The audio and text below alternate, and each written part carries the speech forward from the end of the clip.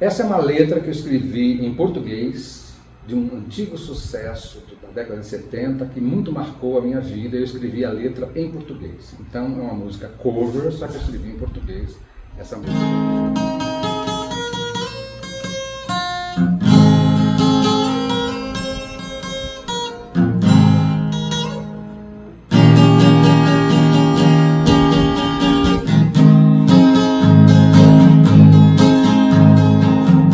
Pelos rios do mundo inteiro eu vou navegar até achar um lugar de paz. Fala pessoal, estamos iniciando o mês de outubro, que é mês do professor, e hoje o meu convidado aqui, a gente está estreando outubro, Oliveira Rios, que também é professor, então já fica aí como uma homenagem, né, aos todos os professores, essa profissão tão importante. Falar de empreendedorismo, de empresas, negócios. Vou apresentar aqui um breve currículo dele. Luiz Oliveira Rios é especialista em treinamento e desenvolvimento de lideranças, consultor de empresa com mais de 40 anos de experiência em gestão empreendedora, professor, tradutor, intérprete, palestrante, um baiano que está quase 40 anos aqui em Descalvado e também um cidadão reconhecido, né? Como descalvadense, já recebeu o título de cidadão. O ano passado, aliás, foi uma grande honra nesse sentido, porque a gente se sente bem onde está sempre sendo bem recebido, como pessoa, né? Independentemente da profissão, mas você se sentir acolhido, isso é que é legal. Sim, mas você tem muitas contribuições para a cidade. Se a gente for para esse lado empreendedor, de inovar, de iniciativa, você foi sócio fundador da CID, que é a Associação Comercial de Descalvado, empresarial de Descalvado, que é fortíssima hoje, muito importante para os comerciantes aí, né, para as empresas. A própria CEDESC, que é CEDESC, é o cooperativismo, é um outro movimento, né, uma outra, mas não deixou de ser um início ali, né, uma cooperativa. Lá. E uma cooperativa educacional, né? Foi professor logo no início na Unicastelo ainda, que hoje é a Universidade do Brasil.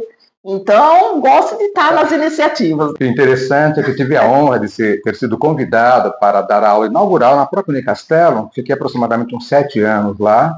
Foi uma experiência maravilhosa, porque o que você falou é verdade. A docência, você ensinar, eu costumo dizer aquilo que João Guimarães Rosa dizia: mestre, de repente, não é quem ensina, é quem aprende, não é? Eu acho linda essa frase dele. Mestre, de repente, não é quem ensina, mas é quem aprende. Então, estamos aprendendo a cada dia. Estamos aprendendo. Eu falo que eu sou uma eterna aluna. Enquanto estiver aqui, estarei aprendendo. Com certeza. E vocês que estão aqui na vitrine ensinam muito. Com um histórico de vida, cultura, tem uma coisa um pouco ingrata com as pessoas, porque a pessoa que consegue um destaque muito grande de figura pública, de pessoa pública, então as pessoas têm mais interesse na história dela, seja profissional, pessoal, porém todos nós temos uma história, com certeza. Cada um de nós é um ser cultural. Sim, é um acervo. E então esse espaço aqui, né, para quem não me conhece, a vitrine está aqui 1 ano e meio, falando com empreendedores, empresários, profissionais liberais, mostrando a jornada deles, porque o processo também ensina muito. Sim. E todo mundo tem o seu sucesso. É a caminhada, né? A caminhada. Que já é o sucesso em si. Então vamos lá, vamos falar um pouquinho. A caminhada, Débora, é interessante esse detalhe. As pessoas falam muito pouco do fracasso. Olha que interessante. No geral, os vídeos, as palestras, só para falar do sucesso, que é maravilhoso. Mas é o fracasso também que nos ensina muito. Então, na jornada, lógico, na jornada, isso é interessante para quem está nos assistindo, na jornada é o fracasso que vai nos ajudar a aprender mais e, acima de tudo, a saborear melhor o sucesso.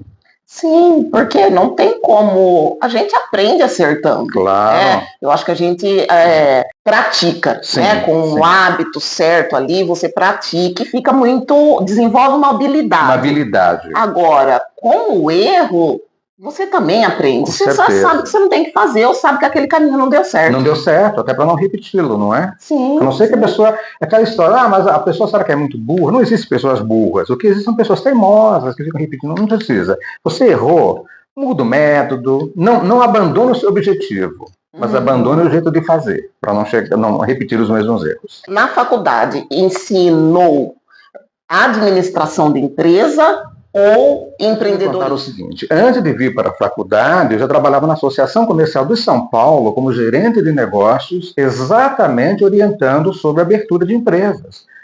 Eu fiquei em torno de 10 anos na Associação Comercial de São Paulo como gerente de negócios, ajudando microempreendedores, homens, mulheres a abrirem empresas. A gente dava toda a orientação de como contratar pessoas, como treinar pessoas, de fluxo de caixa. Então, quando eu vim para a universidade, eu já tinha uma experiência vastíssima. Foi por isso que eu fui convidado para dar aula na universidade, na Camilo Castelo Branco, a Unicastelo na ocasião, exatamente para trazer essa experiência para os alunos. Sim. E como que você foi para essa área? Porque eu vi lá toda a sua jornada, né? Veio da Bahia, com os irmãos, com a família, muito cedo ainda. Eu comecei a trabalhar aos 11 anos de idade. Então, eu costumo dizer, é uma coisa muito interessante, é muito perigosa dizer isso, mas temos que entender. Eu não sou contra o trabalho infantil, eu sou contra a exploração, é outra história, são coisas diferentes. Eu comecei a trabalhar aos 11 anos de idade para ajudar os meus pais, exatamente. Nós morávamos na Vila Maria, zona norte de São Paulo. Eu comecei a trabalhar no Brás, interessante, no comércio. Trabalhei na Rua Maria Marculina, trabalhei na Rua Oriente, que hoje é a Rua das Noivas, trabalhei na Rua 25 de Março como vendedor. A minha carreira eu comecei como eu lavava a loja, banheiro de loja, foi maravilhoso trabalhar, porque aprendi a fazer limpeza até na minha própria casa, mas partindo de lá. Muito bem. Aí o dono viu o meu interesse, não, vou dar uma oportunidade para você trabalhar como vendedor. Aprendi. Então eu comecei minha carreira trabalhando como vendedor. Pois olha que interessante. Falei, puxa vida, já estou, um exemplo, há uns 15 anos trabalhando no varejo, né? Eu vou, quem sabe, conseguir uma empresa, um banco, entrar no escritório e conseguir uma vaga como office boy no Banco Finasa de Investimentos.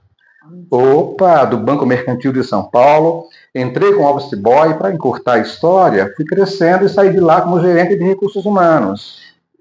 Quando eu saí do Banco Finasa de Investimentos, aí eu fui convidado para trabalhar na associação comercial. Então, minha experiência foi, eu diria, que com um umbigo num balcão de loja atendendo clientes. Foi maravilhoso, que aprendi a ter paciência, aprendi a escutatória, a ouvir os clientes, uma profissão digna do vendedor. Lidar com as pessoas. Lidar com as pessoas.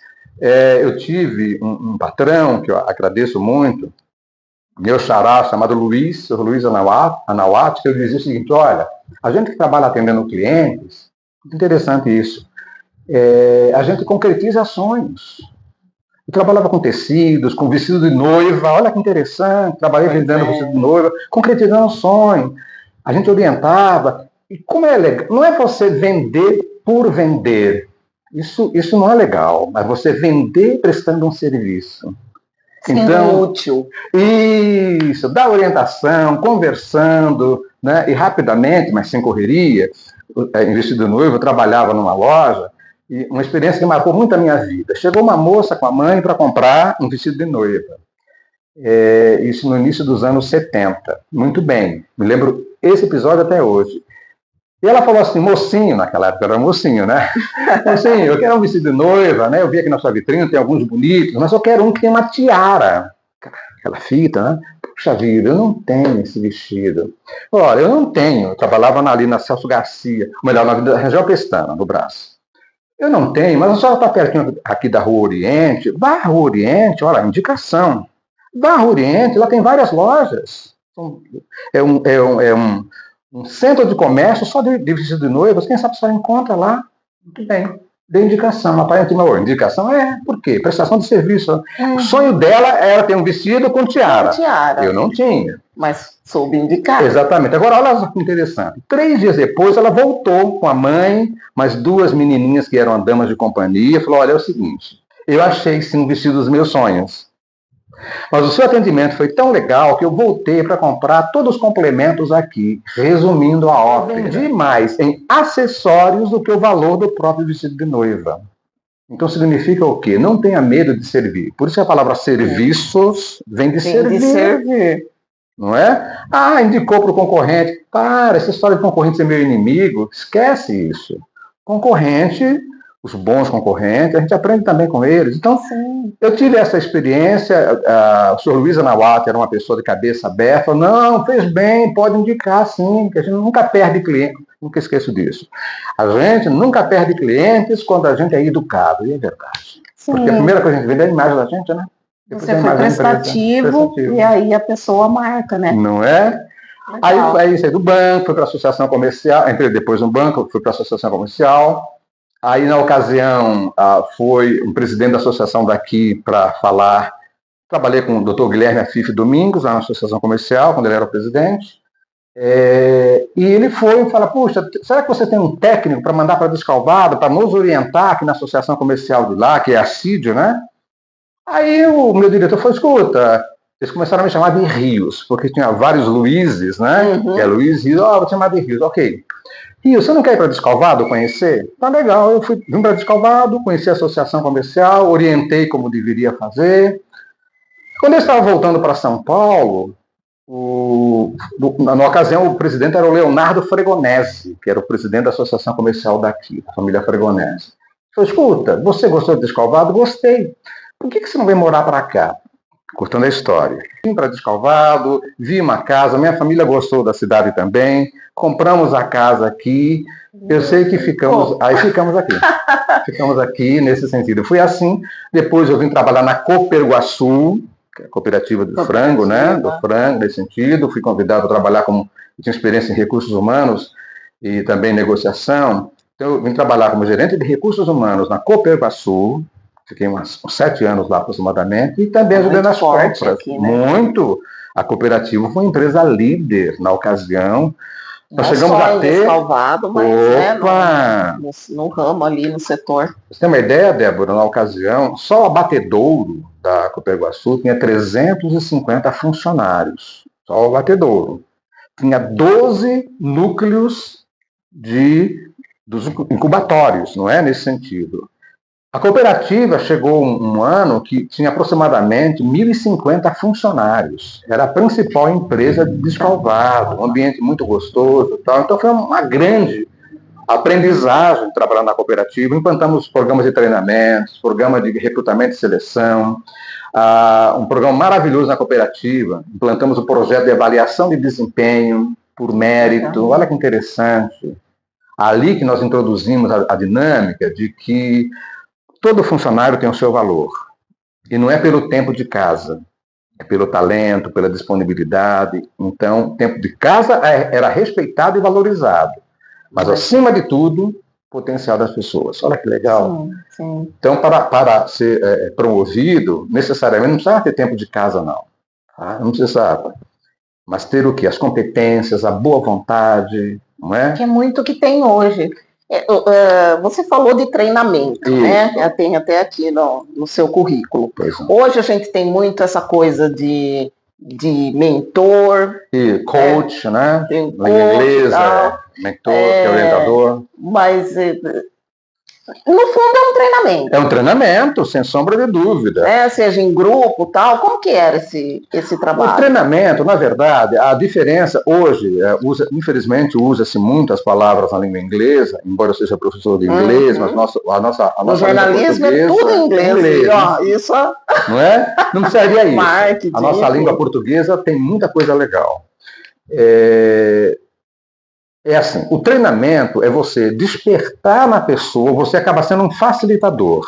É diferente de alguns coaches da atualidade, alguns treinadores da atualidade, que trabalham muito com aquilo que eu chamo, Débora, do positivismo tóxico.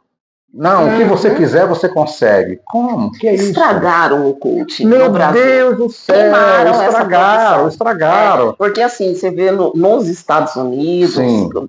a forma, a síntese, a teoria da Sim. profissão é muito bacana. Com certeza. É o treinamento. É o treinamento. Você Só coloca um que o facilitador. pessoal que se capacitou e que colocou esse ênfase aqui, estragou, né? Estragou. Então, hoje não é nem bem visto isso. Não, é pelo contrário. É nesse sentido que veio essa coisa do mentor, que também não deixa de ser um treinador. Um treinador. Agora, o que a gente tem que entender é o seguinte, a própria pessoa, nós como facilitadores, como educadores, eu gosto muito da palavra... Facilitadores é uma palavra bacana. Maravilhosa, bacana, porque né? Ninguém chega, com devido respeito, vomitando técnicas.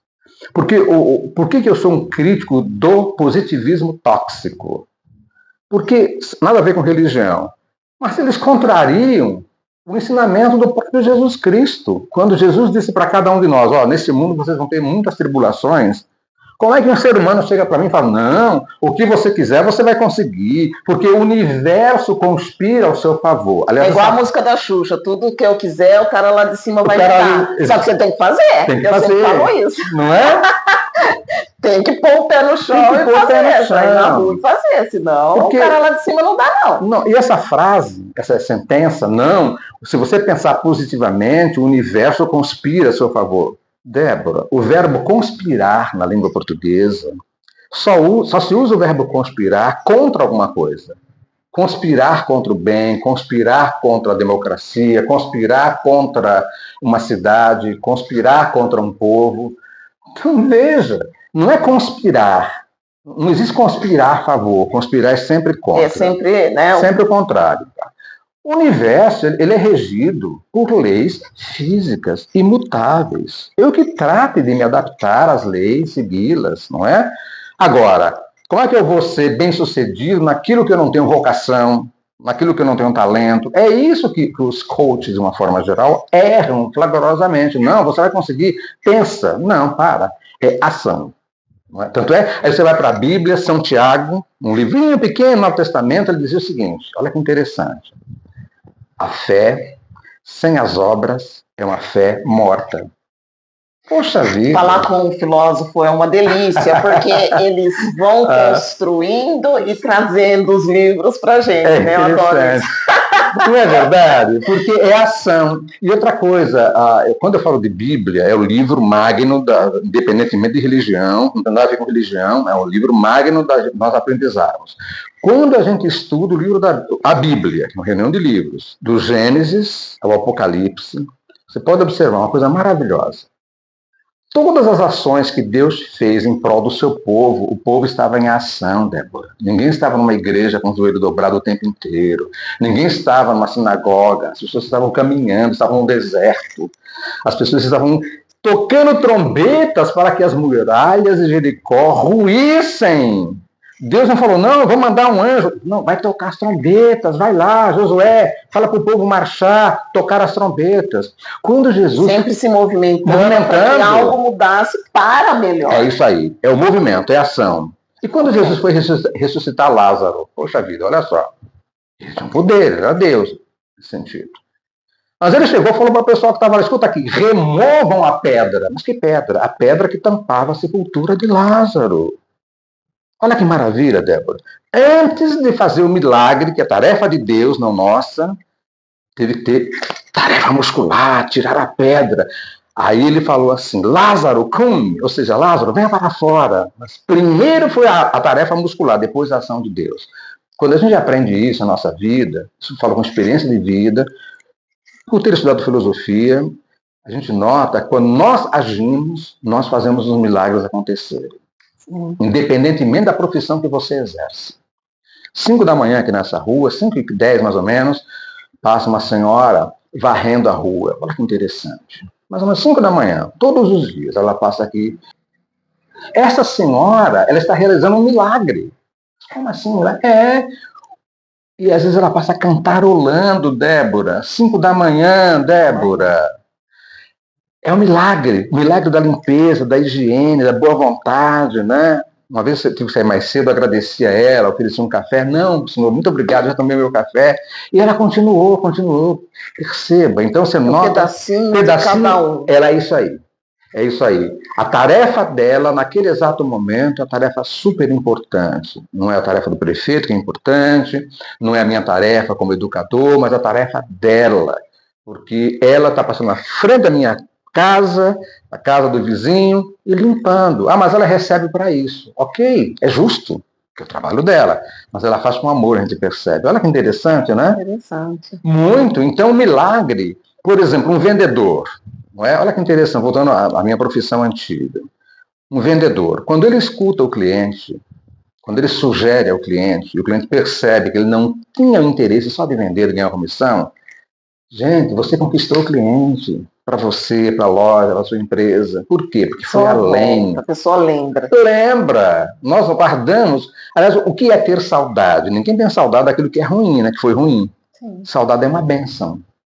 A gente só tem saudade de eventos, de pessoas, de acontecimentos que marcaram indelevelmente para sempre a nossa mente. É isso. Então. Ah, mas a saudade dói? Claro que dói, mas uma dor gostosa. Por isso que eu tenho uma expressão na língua portuguesa que se chama saudade agridoce. Agridoce, palavra bonita. Agridoce significa amarga e doce ao mesmo tempo. É aquela canção do Roberto, a saudade gostosa de ter. A saudade é agridoce. É agridoce. O treinador, ele também, dentro da empresa, e aí eu queria saber se é isso o seu trabalho dentro da consultoria. Ele também é um olheiro para enxergar as habilidades, se a pessoa está ali na função correta, na atribuição correta. Para você ter uma ideia, questão de ética não vem um caso citar, mas recentemente fiz um trabalho numa empresa, uma cidade vizinha nossa, Rio Pardo, São José do Rio Pardo, e um dos meus trabalhos, que a diretoria me contratou, por indicação, graças a Deus, sempre por indicação, foi para fazer um levantamento do potencial humano.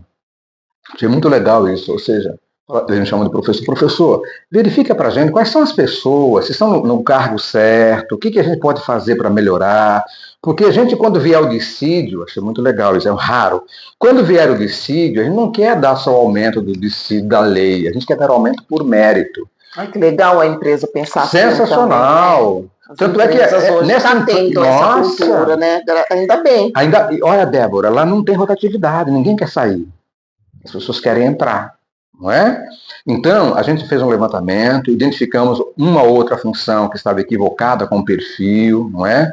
Aí a pessoa foi trocada, porque eu sou contra mandar embora. Vamos dizer que as pessoas perdem o emprego. A gente faz de tudo para que a pessoa fique na empresa. E nessa empresa foi uma grande bênção. Ninguém foi mandado embora, pelo contrário.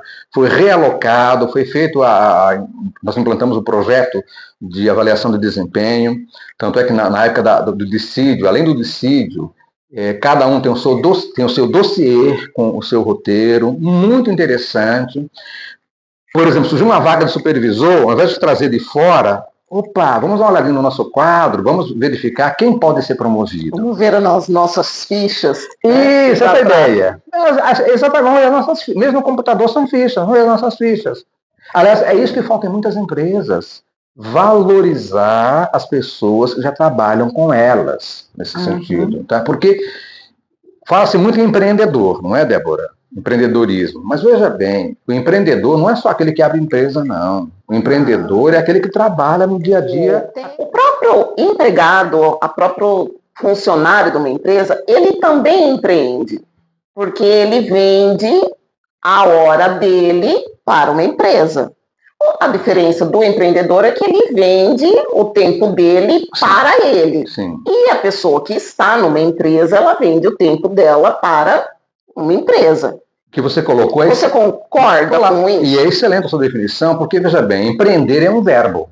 Porque parece quando a gente fala muito assim do empreendedorismo, né? Ainda mais com essa ênfase, isso. Parece que desclassifica, o CLT não é nada disso. Não, né? A política de recursos humanos das modernas organizações vê nos seus funcionários, as empresas veem nos seus funcionários os empreendedores internos. pessoas que têm iniciativa própria, olha que interessante. Porque, vamos ser sinceros, Débora, toda empresa, eu costumo dizer, né, em palestra, e às vezes choca no primeiro, mas depois as pessoas entendem. Toda empresa é um altar. Olha que interessante, eu vou explicar por quê. Como assim toda empresa é um altar? Porque é daquela empresa que, de forma honesta, todos nós, inclusive o dono, ganha o pão nosso de cada dia. Opa, então é um altar. Eu tenho que agradecer, eu tenho que fazer o melhor nesse sentido, independentemente do meu cargo, das minhas atribuições. Aí eu formo a sinergia. O que é a sinergia?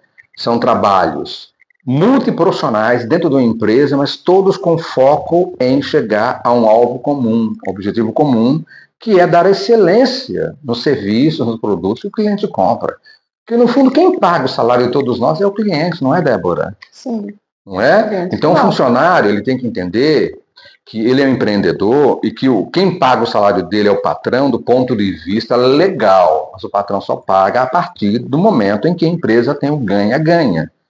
Então, o que você colocou é muito interessante, porque fica muito limitado. Não, empreendedor é aquele que abre empresa. Aliás, olha que interessante, existem pessoas que abrem empresas, e toda pessoa que abre empresa é empresário, micro ou macro, mas é empresário. Mas, Débora, nem todo empresário é empreendedor. Olha que interessante. Você sabe que no meu Instagram tem um post que outro dia eu coloquei a diferença de... Porque aqui, assim, as pessoas têm mais o hábito de falar, eu sou comerciante.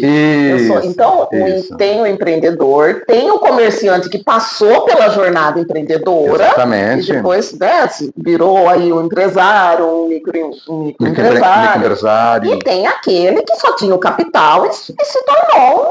Né? Exatamente, então, isso. Empreendedor. Ele, na verdade, ele não é. Qual a diferença do empresário e do empreendedor? Muito bem. O empresário é aquele que abriu uma empresa. Qualquer um que abrir uma empresa ou uma meio empresário, mesmo que seja um individual. Que tem ali como pôr. Isso, tá, muito bem. O empreendedor é aquele que vai buscar melhorias dentro do seu próprio segmento. Ele não é mais um com a empresa dele. Ele vai ver a logomarca dele se está atualizada. Junto com a logomarca dele, tem um slogan que reforça a ideia da logomarca dele. Olha que interessante, esse empreendedor. Ele tem uma loja, que legal, a loja dele tem vitrinas? Tem. Como é que os produtos estão sendo expostos? Porque vitrina não é para você depositar mercadoria. O nome já diz, vitrina é para você mostrar, é para você combinar cores. Não é? Toda vitrina que é abarrotada, interessante esse detalhe, toda vitrina que é abarrotada de produtos, ela cega o cliente. Ele não consegue enxergar. Passa despercebido. Totalmente. Então, o empreendedor é aquele. Por exemplo, quanto tempo a sua vitrine envelhece? A cada 2 dias, 3 dias? Vamos trocar. Iluminação. Então, o que nós entendemos é o seguinte: o empreendedor é aquele que faz as coisas acontecerem. Está sempre inovando, usando essa questão. Então, ele está dentro do comércio também. E outra coisa que é muito importante. Todo empreendedor, o nome já diz, é um verbo, ama o que faz. O empresário muitas vezes abriu uma empresa ou herdou uma empresa, mas não gosta daquilo, é uma obrigação. O empreendedor não, ele empreende por paixão a área que ele atua. Por isso, um dos grandes segredos do sucesso do empreendimento é a pessoa empreender naquilo que ele gosta. Eu empreendo na área de consultoria, na área de educação, porque eu gosto. Eu pesquiso, todo dia eu estou estudando, tenho vários livros, eu gosto de estudar. Então, eu sou um eterno estudante nesse sentido. Por quê? Puxa, que legal, mas é sacrifício. Não é sacrifício, é prazer. Quando eu dava aula na faculdade, aqui em Escovado mesmo, no campus 8º da Unicastelo, às vezes o aluno fala assim, professor, você não precisa mais estudar. Como não, rapaz? Como não? Essa aula que eu preparei para você, você viu? Eu usei livro aqui. Usei a apostila? Não, o senhor não usou. O senhor ficou conversando com a gente, orientando? Exato, mas eu estudei antes. Então, a gente estuda até hoje, porque dentro de uma estrutura da aprendizagem é dinâmica. E a aprendizagem, Débora, para mudar comportamento, para melhor. Porque tudo aquilo que não evolui, involui. É impressionante, porque o mundo é uma dinâmica, não vai parar nunca nesse sentido. Estamos numa época, querida amiga, que não é mais de mudança, não. É de ruptura. Sim. Ruptura, que são mudanças violentas, né? E é interessante, Débora, olha só que interessante, eu gosto, até na faculdade eu dava esse exemplo. Olha só, isso aqui é mudança. Mudança como que é? Vamos ver que interessante? É assim, dobra aqui, dobra lá, vou dobrando, eu paro um pouquinho, mas estou continuando mudando, isso aqui é mudança, legal? Hoje, olha que interessante, com o devido respeito, isso é ruptura. Essa diferença entre mudança e ruptura. E isso tem causado um desassossego profundo nas pessoas, em mim, em você. Por quê? Nós não estamos preparados para essa ruptura. Aí me perguntam se ela é muito rápida. Ela é rápida e violenta. Quando eu falo violenta, não no sentido negativo, mas ela é violenta no sentido de quebrar paradigmas. Tá? E aí parado não funciona mesmo. Não funciona mesmo. Você me perguntar, mas espera aí, como é que eu faço então para lidar com que cada vez mais as mudanças serão rupturas, tá bem? Ruptura em todos os sentidos. Algumas rupturas são ruins, é outra história. Os valores ético-morais têm tido uma ruptura violenta para o mal, mas aqui é outra história. Muito bem. Aí sempre me pergunta, como é que eu lido com as rupturas? Olha que interessante. A gente aprender a fixarmos em princípios. Os princípios não mudam, Débora. Os métodos mudam, olha que interessante. Os tempos mudam, viu? As ferramentas mudam, os softwares mudam, mas os princípios não. Tá? O princípio da verdade, o princípio da honestidade, o princípio da paciência de você escutar o outro, são princípios. O princípio, acima de tudo, que está faltando nos dias de hoje, da solidariedade. Respeito. Acima de tudo, respeito. Hoje a gente nota, a gente não vai entrar nesse mérito, mas a gente nota com choque, fulano de tal foi assassinado, então alguém comemora, que legal, merecia. Para. Então a gente está percebendo que é uma ruptura, mas para o mal. Né? Então, quando você se apega a princípios, você entende que aquela mudança ela veio para agregar valor. Então, siga o fluxo. Estou com essa dificuldade, vá aprender. E aí o conhecimento precisa, né? Não é só para você ou ganhar dinheiro ou aprender algo no sentido de ter um benefício com aquilo, mas é para acompanhar. Acompanhar, para você evoluir, não é? Porque nós somos seres, olha que interessante.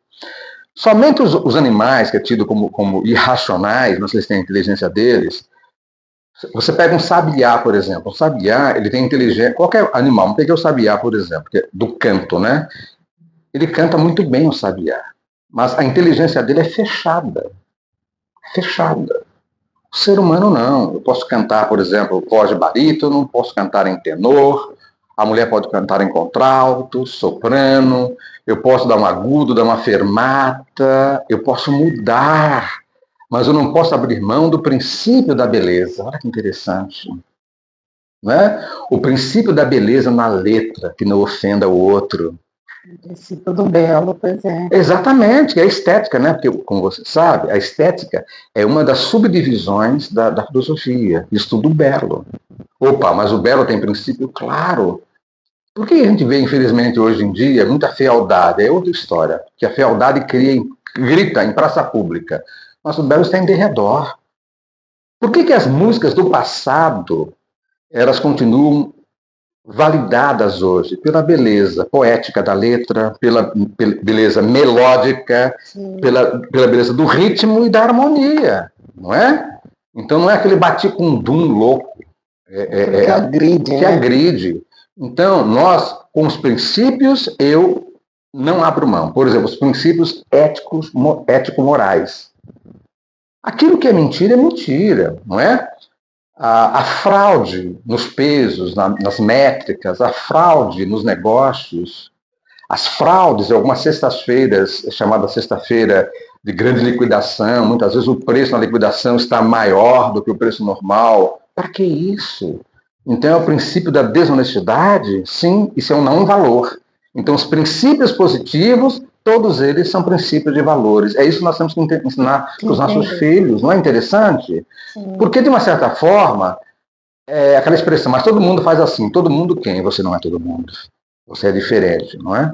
E, nesse sentido, quando eu dou aula de filosofia também, e uma das matérias que eu uso, nos referenciais, é a figura de Jesus Cristo. Independentemente de qualquer religião. Tá? Isso a gente fala, não tem nada a ver com religião. Do ponto de vista, o homem Jesus, por isso que ele é conhecido como homem de Nazaré, não é? Ele veio para ensinar a gente a viver aqui no dia a dia, neste mundo. Não é? Por que ele falou que nós devemos ser a luz do mundo? Gente, não é lá no céu, é aqui na terra. Onde é que nós temos que brilhar? Aí entra aquela oração muito esquecida, bela, que é atribuída a São Francisco de Assis, a oração de São Francisco. Onde houver discórdia, onde houver ódio, que eu leve, né, o amor, o entendimento, e assim por diante. Então, quando nós entendermos isso, que nós somos seres trinos, corpo, alma, psique e pneuma, espírito. Ah, mas eu sou ateu. Tudo bem, ok. O espírito está aí. Está aí, cara. Está aí, né? O importante é que você, mesmo com o seu ateísmo, você seja um ser moral. Se você acredita, deixar de acreditar, não tem nenhum problema. Vamos conviver em paz, respeitando mutuamente? Vamos. Ah, mas eu sou macumbeiro. Não tem problema. Você é bem-vindo. Dá cá um abraço, meu irmão. Entendeu? Para com essa história, porque é segregar, não é isso não. Tanto é que você me fez lembrar, uma vez chegaram para Jesus, quando ele estava aqui no mundo, né? Ah, Senhor, tem um pessoal falando assim, escuta aqui. Eles estão falando bem ou estão falando mal da gente? Não, estão falando bem. Estão falando do Evangelho. Deixa eles lá. Não precisam ver o nosso grupo, não. Deixa eles lá. Fica à vontade.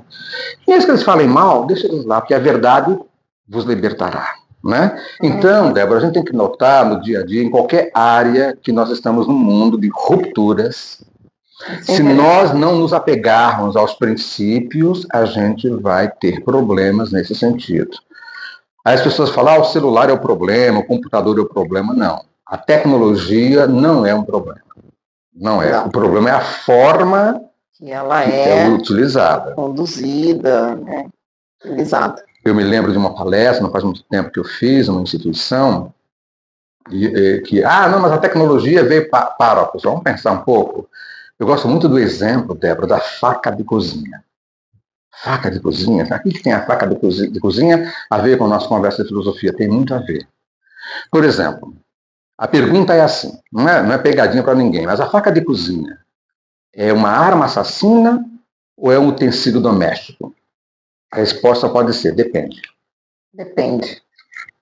Depende. Tá? Porque originalmente ela foi feita, ela foi concebida, o design dela, a utilidade dela é para ser exatamente um utensílio doméstico e muito maravilhoso. Né? Agora, quando a pessoa faz da faca de cozinha uma arma assassina, o problema não está na faca da cozinha, está na pessoa que está usando. Ele conduziu ela que estava usando. Então a pessoa fica, por exemplo, 24 horas no celular. O problema não está no celular, está no vício eletrônico. Tem que ser tratado a pessoa. Quantos pais falam para o filho, não, você está muito tempo no celular, no laptop, no smartphone. Tudo bem, mas os pais são os primeiros que estão também. Que autoridade moral tem? Você percebe? Então a gente tem que aprender.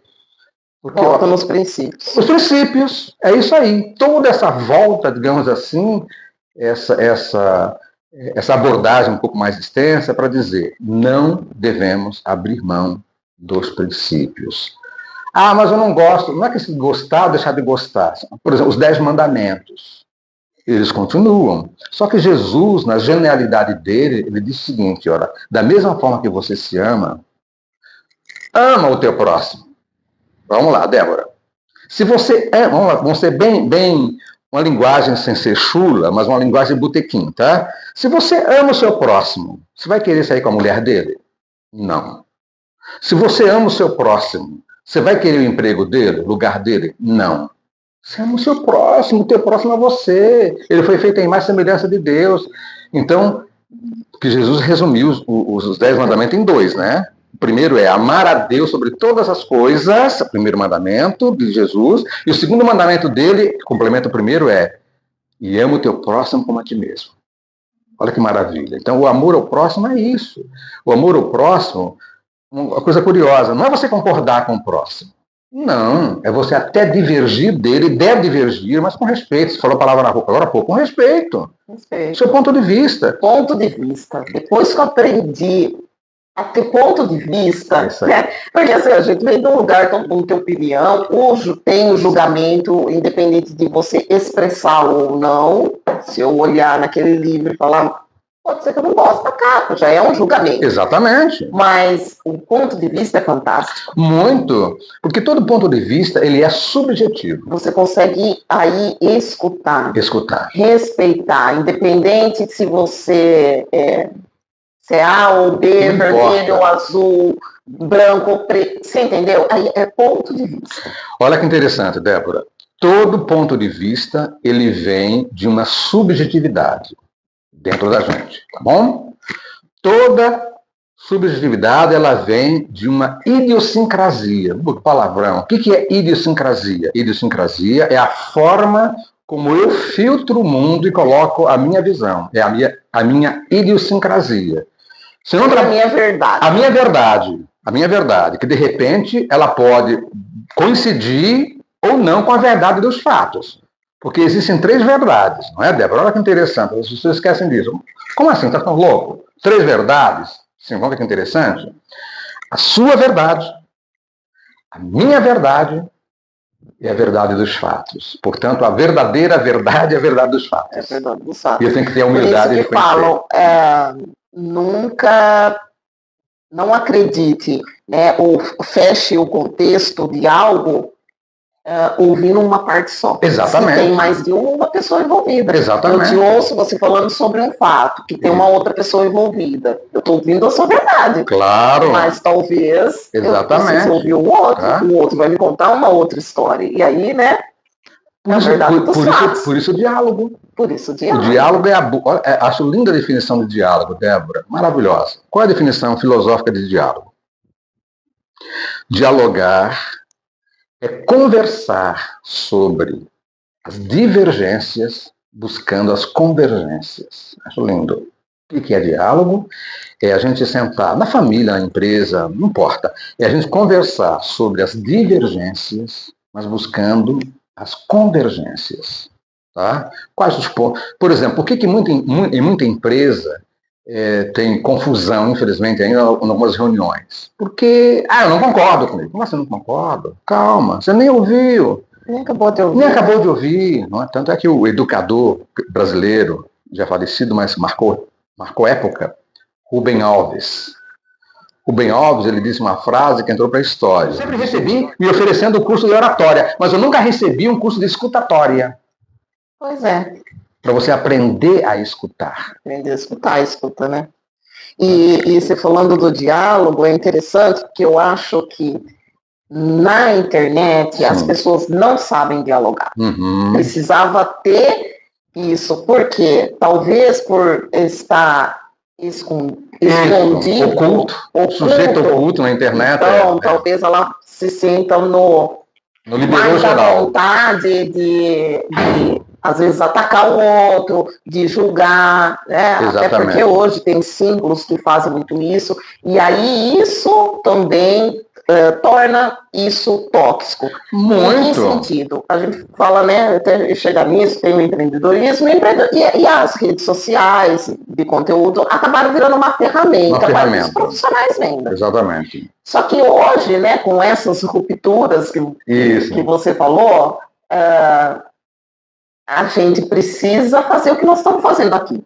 Vídeo. Eu gosto de escrever, venho do jornalismo, faço isso há 25 anos, professor, mas tem esse movimento de que precisa, já não está mais só na mão dos jornalistas. Exatamente.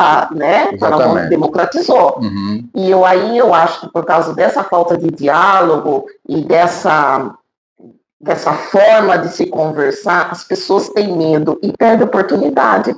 E aí eu queria saber de você, que vem do empreendedorismo, né, mais raiz, digamos, que tem essa experiência também dentro da empresa, treinando pessoas. O que você acha do empreendedorismo digital? Tanto das pessoas e empresas que usam a plataforma, como quem está ali dentro, porque ela também democratizou não, ela abriu espaço para o produto intelectual. Exatamente. Hoje, quantas pessoas não usam o YouTube para ensinar alguma coisa, nem que seja com a sua própria vida? Exatamente. Olha, como tudo evolui, a evolução tecnológica do ponto de vista dos multimeios é uma realidade que nós não podemos abdicar. Algumas empresas ainda confundem tecnologia com humanização. Algumas empresas, elas têm, por exemplo, o 0800, que é um verdadeiro martírio você tentar falar com algumas empresas pelo 0800, com uma moderna tecnologia. Muito bem. Do ponto de vista dos multimeios, do virtual, não se volta atrás. Porém, algumas empresas erram porque não humanizam o atendimento. É esse o grande problema. A coisa mais chata é falar com aqueles robozinhos que misericórdia. Horríveis, não humanizam. Isso é uma coisa que não é bom do... Tanto é que um dos treinamentos que eu dou nas empresas, eu oriento, eu faço uma análise de como anda as plataformas que eles trabalham, eu sempre oriento na dinâmica de dar retorno, porque é assim, está provado cientificamente. O ser humano, eu vou dizer o cliente, mas o ser humano, pegar o cliente, tá? O cliente ele não fica louco da vida, Débora, por ele receber um não. Ele fica louco da vida porque não lhe deram atenção, não lhe falaram nada, não lhe disseram se é possível ou não. É óbvio que o não eu tenho que saber dar de uma forma educada. Mas algumas empresas não estão preparadas para a rapidez, para a ruptura da tecnologia. Então, o que acontece? Quantas vezes o cliente manda para a China uma requisição que é atendida em 20 minutos, numa empresa no Brasil, 2 dias depois, se for atendida? É isso que nós temos que trabalhar. É isso que eu tenho orientado várias empresas em fazer uma operação pente fino no sentido da qualidade no atendimento, que é rapidez, isso virtual, tá? Rapidez, humanização, olha que interessante, a pessoa sabe que está falando com o João, com o Pedro, muito, humanização e, acima de tudo, conteúdo, ou seja, resolva o problema. Aí uma vez me perguntaram, mas professor, e quando o problema não pode ser resolvido? Muito bem, quando o problema não pode ser resolvido, mas a forma que você conduziu, você já mostrou que não foi resolvido o problema, mas você encontrou caminhos para dizer não. Olha que interessante. Então o cliente não vai ficar louco da vida, não. Mas em algum sentido, se você for avaliar, às vezes, um pouquinho de boa vontade, você resolve. Às vezes é possível perder algum dinheiro, perder um produto, mas não perder o cliente. Então, aceita. A não ser o cliente de mau caráter, que tem em todo lugar, não é? Porque aquela história, o cliente sempre tem razão. Bobagem. Isso é um ditado popular furado. Ninguém sempre tem razão. Mas existem clientes que, olha que interessante, que ele quer levar vantagem, mas quando ele percebe que você está centrado, educado, firme.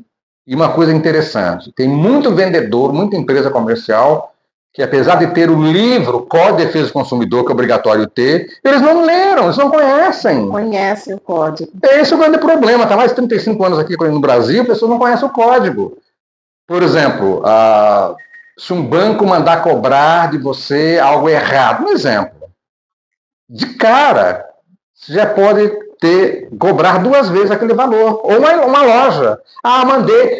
Alguma loja manda assim, Nora, esse aviso está recebendo, se você já pagou, desconsidere. Isso é violar o Código de Defesa do Consumidor. Porque você que tem que ter a obrigação de saber antes de cobrar. Cobrou errado, paga 2 vezes. Então, o brasileiro, infelizmente, ele também não conhece o Código de Defesa do Consumidor. Tá? Não é para ferrar ninguém o código, é para estabelecer relações justas. E o Código de Defesa... Porque o Brasil, Débora, apesar de todas as encrencas que a gente vê por aí, que é outra história, mas o Brasil é um país... O Código de Defesa do Consumidor brasileiro é um dos mais avançados do mundo, Débora. Vou repetir, hein? A nossa Lei 8.078, que é o Código de Defesa do Consumidor, é um dos códigos mais avançados do mundo, em termos de justiça, de buscar o diálogo, de não... isso aqui só prejudica o empresário, só beneficia o consumidor. De jeito nenhum. O Código de Defesa do Consumidor busca uma harmonização, menina. É isso que nós temos que aprender no Brasil, que nós temos leis maravilhosas. O grande problema é cumprir essas leis. Cumprir, pois é. Não é? Então, o nosso código, a nossa língua brasileira, português do Brasil, é uma das línguas que ela foi incluída dentre as 5 línguas mais bonitas do mundo, gente. Por que eu vou abusar da língua inglesa? A língua inglesa também é uma delas que foi incluída. Não preciso. Você vê anúncios de vender imóveis, anúncios cheios de expressões em inglês, a própria ferramenta da internet, cheia de expressões em inglês, algumas não precisam nesse sentido. Então, por isso que o Nelson Rodrigues, o dramaturgo brasileiro, escritor, ele disse uma frase que chocou quando ele disse. Ele falou assim: o brasileiro, no geral, tem síndrome de vira-latas, fica virando lixo dos outros. Uau! Muito forte, hein? Forte. Mas tem razão. O Nelson Rodrigues disse isso. E o Tom Jobim, o maestro Tom Jobim, uma vez ele disse que trombou meio mundo. Escuta aqui, pessoal. Fazer sucesso no Brasil acaba sendo uma ofensa pessoal. E agora? Tá? Então é o seguinte, o Brasil é uma coisa maravilhosa. O nosso Brasil é tão grande, tão maravilhoso, tão extenso, que com exceção da Rússia, pouca gente, as pessoas não estudam mais isso, a criançada não estuda mais isso. Com exceção da Rússia, cabe a Europa inteira dentro do nosso chão, ainda sobra pedaço de terra. É isso. Então nós temos coisas maravilhosas, só que os princípios dizem, valorize aquilo que é belo. Tá? Porque, veja bem, o que é estética? A estética trabalha com a beleza clássica, a beleza moderna. O modernismo é feio? Não. Tem coisas antigas que são feias também, do ponto de vista estético. Mas é uma questão de gosto, tá? Uma questão de gosto.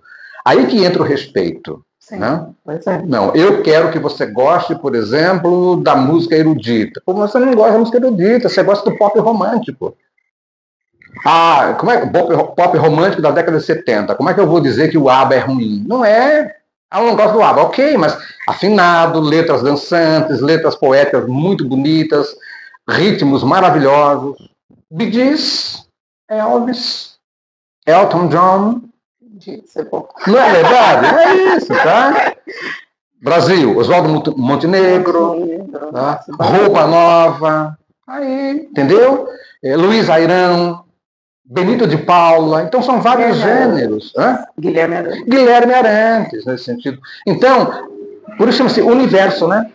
Universo. Dentro desse universo cabe todo mundo. Agora, falando um pouco, já que você tocou em música, eu gosto, né? É um assunto que eu gosto. Já, assim, no WhatsApp, você tem um hobby, não sei se é um hobby, de fazer algumas... não são traduções, são traduções, adaptações em cima da música. São traduções. E aí você dispara isso. Como que é esse? É assim, na década de 70, eu tive a oportunidade de trabalhar na Rádio Clube de Santo André como locutor. Tá? E eu já aprendi, naquela ocasião, eu comecei a aprender inglês sozinho, autodidata, sempre por causa de música mesmo, inclusive. E nesse programa que tinha na Rádio Clube de Santo André, todo sábado, o programa, naquela ocasião, chamava Jovem Também Tem Saudade, eu entrava. Aí, o ouvinte pediu, olha, dá para tocar essa música, fazer a tradução? Então, ok, eu tocava a música, em cima da música fazia a tradução. Então, eu peguei esse hobby maravilhoso, desde aquela época. E hoje, várias pessoas me pedem, olha, eu ouvi uma música, por exemplo, dos Bee Gees, Don't Forget to Remember, não se esqueça de se lembrar de mim, né? Puxa, professor, dá para você traduzir para mim? Claro, eu traduzo para você, eu solto a música, coloco a música tocando, a voz por cima e faço a tradução. Exatamente. É super bonito, gente. Isso, muito legal. Você coloca no final do vídeo aqui. Isso, tá? Muito legal. Então, nesse sentido, significa o quê? Significa que é uma forma de você aliviar o estresse, de você resgatar a beleza, tá? E de você... porque a beleza não envelhece, né? Ela apenas precisa ser resgatada. Então, eu faço mais como um hobby. Por exemplo, tem várias igrejas, de qualquer denominação, que me pedem, por exemplo, me pediram para fazer a tradução de Ave Maria, cantada em inglês. uma letra em inglês com o cantor Engelbert Humperdinck. Lindíssimo, lindíssimo. Eu fiz a tradução da língua inglesa, o Engelbert e uma solista cantando em inglês, e soltei a música e fiz a tradução, que é muito linda. Mas por quê? Porque são coisas que agregam valor. Ah, mas a pessoa é católica, é protestante. Não importa. O que importa é você aprender a respeitar a beleza sacra que tem aquela música, não é? Sim. Em homenagem a Maria, que foi a mãe de Jesus nesse sentido. Não importa se você é católico, se você é um bandista, não importa. O que importa é que nós somos todos irmãos. Então, Débora, a nossa vida, minha vida, sua vida, a vida do nosso telespectador, como se dizia antigamente, não é? Ela só vale a pena quando você está de bem com você. Alguém aqui já viu uma pessoa que não está bem com ela própria? Olha que interessante, que não está bem com ela própria. Ser agradável com outra pessoa é raro. Agora, você nunca viu uma pessoa feliz agredir outra pessoa? Pois é. Tá?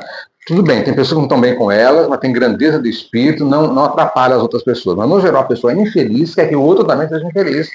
Porque ninguém quer ser infeliz sozinho, né, Débora? Esse é o grande problema. O pertencimento existe até nisso. Até. A gente tá indo aqui pro final, dava para fazer uma série, hein? Poxa vida. Os bastidores, a gente falou, novembro, mês que vem é o mês da mulher empreendedora. Sim, e elas são muito atentas, da audiência, né? Aqui também, participativas. E aí, você falou que tinha uma particularidade sobre as mulheres empreendedoras que gostaria de falar. Então, que seja a mensagem final aí para elas. Muito bem. Em primeiro lugar, sobre a mulher, está no livro de Gênesis. Olha só que interessante, Velho Testamento. Tá? Dentro da estruturação da criação da mulher, simbolicamente falando, de onde ela foi criada, está considerado o homem. Ali já é o símbolo de igualdade. Interessante esse detalhe que as pessoas não falam. Então, essa história, a mulher ela é tão igual ao homem, ela tem as peculiaridades dela, assim como o homem tem as peculiaridades deles, mas são irmãos. Olha que interessante.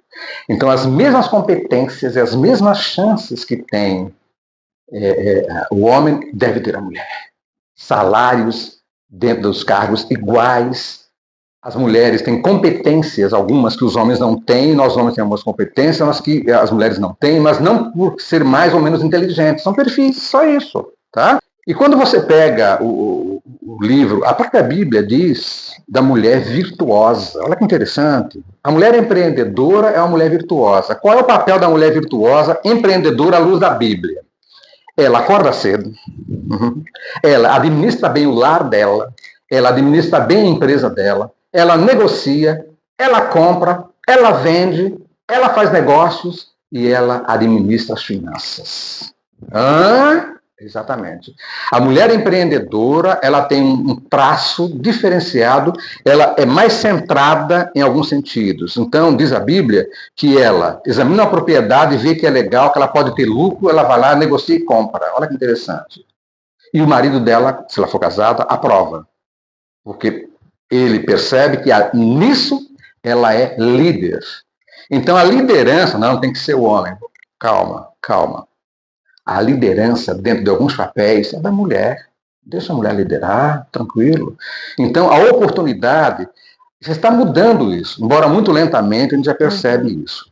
E no Brasil tem surgido grandes empreendedoras e grandes negócios conduzidas por empreendedoras. Então, o que a gente nota? Que cada vez mais, nas empresas, as oportunidades estão sendo dadas para as mulheres. Então, a minha recomendação, mulher, você que tem uma ideia, você que tem uma empresa, ou você quer abrir o seu empreendimento, você tem, na verdade, um discernimento daquilo que você gosta, vai em frente. Engate a quinta marcha, vai em frente.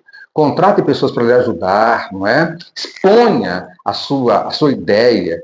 E elas têm uma sensibilidade que nós homens não temos. Por isso que tem o equilíbrio, né? Tanto é que na Bíblia fala isso. Juntos, né? Quem acha uma boa mulher, quem acha uma esposa, acha uma bênção, né?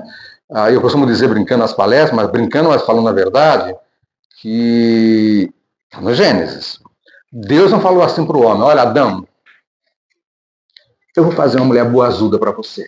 Não tá escrito isso, não.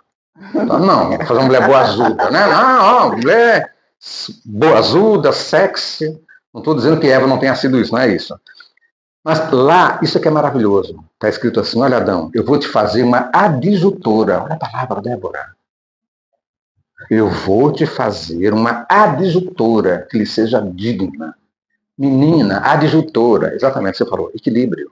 Uhum. Tanto é que quando Deus colocou o casal no Éden, Deus não ficou lá fazendo as coisas. Ó, tô vazando, tô indo embora. Está escrito. Vocês deem os nomes à fauna, à flora e administrem o Éden. O que aconteceu depois é outra história. Mas é o equilíbrio. Não falou, isso aqui é mais importante. Ali era o princípio. Isso, é a base, a plataforma inicial, né? Então, ser empreendedora é bíblico. Tá? Eu quero deixar bem claro isso, que ainda tem alguns homens, não, mulher minha não pode fazer, para, que mulher minha, ninguém é dono de ninguém, rapaz. A mulher empreendedora, ela é abençoada por Deus e ela traz bênção para a casa dela, bênção para a comunidade. Ela gera riquezas dela. Olha que interessante. A riqueza de servir, a riqueza de produzir e, acima de tudo, olha que interessante, a riqueza da esperança de que as coisas vão melhorar porque nós estamos trabalhando, a mulher está trabalhando. Então, a recomendação é, mulher, empreenda, vá atrás dos seus sonhos, faça seus planos e eu quero, então, deixar uma frase que é muito legal, de um grande cantador do Brasil, chamado Geraldo Vandré. Tá? Ele foi muito perseguido pela ditadura militar, e tem uma música dele que ele diz, o trecho ele diz o seguinte: quem sabe faz a hora, não espera acontecer. Então quero deixar, com a sua permissão, para você e para as mulheres, essa frase do Geraldo Vandré, fazendo uma paráfrase. Dizendo, mulher, você sabe fazer as coisas acontecerem. Então não espere a hora, não. Faça as coisas acontecerem agora. Amanhã, não sabe, estaremos por aqui. É isso aí. Certinho? E onde as pessoas encontram o Rios, o Oliveira Rios, se quiser uma orientação, a consultoria empresarial, treinamento, palestra, né? Porque nem falamos da palestra, mas já vi que é uma excelente oradora. Olha, como você é uma moça maravilhosa, né? Muito obrigado. Entra em contato com você. E através de você, você entra em contato comigo. Isso. Olha aí, isso. Eu já passo para ela, porque a Débora, eu tive a honra de conhecê-la quando eu fui agraciado com o título de cidadão descalvadense. Ela que coordenou todo esse movimento, me orientou como fazer, quais foram os passos. Sou muito agradecido a você. Então, é uma pessoa digna, que eu tenho confiança. Então, se você me permitir, fica sendo você a minha porta-voz. Quem vier por aqui, então, eu já sei onde... A Débora, já sabe onde encontrar, sabe onde é o meu escritório, tem o meu contato direto, né? Sim, nesse sentido. E um dia por vez... e tem uma frase, tem uma palavra na língua hebraica que eu acho linda. Quero deixar também para todos nós, para homens, mulheres, crianças. A palavra é Ebenezer. Olha que palavra linda, vou repetir. Ebenezer. Ebenezer. Qual é a tradução? No hebraico não se traduz a palavra pela palavra, traduz o conceito. Tá? A palavra Ebenezer quer dizer, até aqui o Senhor nos ajudou.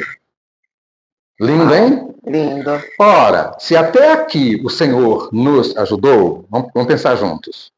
Deus mudou? Não. Deus vai mudar? Não. Deus é eterno? É. Então, por que ele não haveria de continuar nos ajudando? Então, Ebenezer para você e para todos nós, para quem está nos assistindo. Então, terminamos com Ebenezer. Ebenezer. Legal. É isso aí, então. Adorei. Papo. Foi um bate-papo filosófico, sem né? Sem sombra de dúvida. Eu gosto, assim, quando a gente deixa à vontade também, que vai, né? Sim. Mas muito bacana. Mereceria aí um conhecimento uma hora só.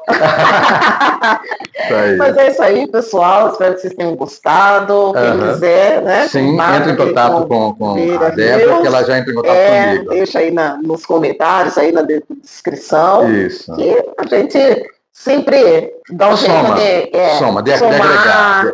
Vamos fazer ali o network, por isso, essa ideia. Essa ideia. Porque o sucesso, ele só tem sabor quando ele é coletivo. O fracasso é solitário. Olha que interessante, hein? A filosofia nos ensina isso. O fracasso é sempre solitário, mas o sucesso é sempre coletivo. Sim, embora as pessoas tenham medo do sucesso, mas ele é coletivo. Exatamente. E não tem medo do fracasso também não, viu? Porque o fracasso, quando você fracassa e você tem a coragem, a ousadia de reconhecer, eu errei e pedir ajuda, é grandeza, é dignidade. Ponto final. Maravilha! Começamos muito bem em outubro. Graças a Deus. Isso. Espero que vocês tenham gostado. E é isso aí, a gente se vê na próxima semana.